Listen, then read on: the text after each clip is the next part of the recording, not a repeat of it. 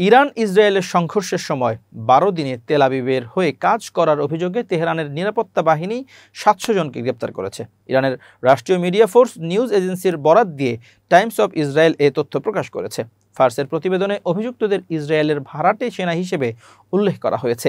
গ্রেপ্তারকৃতদের বেশিরভাগই গুপ্তচর নেটওয়ার্কের সাথে যুক্ত ছিল। স্থানীয় জনসাধারণের তথ্য ও গোয়েন্দা তৎপরতার ভিত্তিতে তাদের শনাক্ত করা হয়েছে। গ্রেপ্তার কার্যক্রম ইরানের বিভিন্ন প্রদেশে সম্পন্ন হয়েছে, যার মধ্যে কেরমানশাহ, ইস্ফাহান, খুজেস্তান, ফার্স ও লোরেস্তান উল্লেখযোগ্য। তবে তেহরানের কয়েকজনকে আটক করা হয়েছে তা এখনও প্রকাশ করা হয়নি।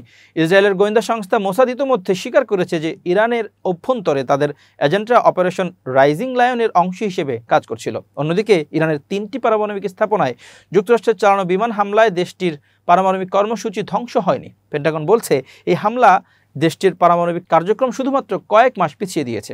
খবর বিবিসির। এর আগে গত শনিবার অত্যাধুনিক B-2 স্টিলথ বোমারু ব্যবহার করে ইরানের পারমাণবিক কেন্দ্রে হামলা চালায় মার্কিন যুক্তরাষ্ট্র। ইসরায়েল ইরানে যেভাবে ব্যর্থ হলো, ইসরায়েল তখন মার্কিন প্রেসিডেন্ট ডোনাল্ড ট্রাম্প এই হামলাকে অত্যন্ত সফল বলে দাবি করেছিল। কিন্তু মাত্র ৩ দিনের মাথায় এই নতুন তথ্য জানাচ্ছে পেন্টাগন। পেন্টাগনের গোয়েন্দা শাখা ডিফেন্স ইন্টেলিজেন্স এজেন্সি বা DIA এই প্রতিবেদন তৈরি করেছে। তাদের প্রাথমিক মূল্যায়নে বলা হয়েছে এই হামলায় ইরানের সমৃদ্ধ ইউরেনিয়ামের মজুদের কোনো ক্ষয়ক্ষতি হয়নি।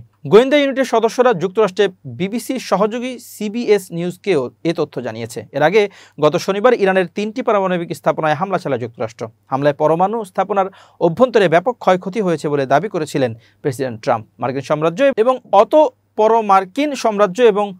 পরমার্কিন যুক্তরাষ্ট্রকে এ হামলার চিরস্থায়ী ও ভয়ঙ্কর পরিণতি ভোগ করতে হবে বলে হুঁশিয়ারি দিয়েছিলেন ইরানের সর্বোচ্চ ধর্মীয় নেতা আয়াতুল্লাহ আলী খামেনি। এরপর সেই হুমকি বাস্তবে রূপ নেয় সোমবার। কাতারে যুক্তরাষ্ট্রের অনুন্নত প্রধান ঘাঁটিতে হামলা চালায় ইরান। এরপর মঙ্গলবার ট্রাম্প তার ট্রুথ সোশ্যালে দেওয়া পোস্টে জানান যুদ্ধবিরতিতে সম্মত হয়েছে ইরান ও ইসরায়েল। পরে ইরান ও ইসরায়েলের পক্ষ থেকে যুদ্ধবিরতির কথা নিশ্চিত করা হয়।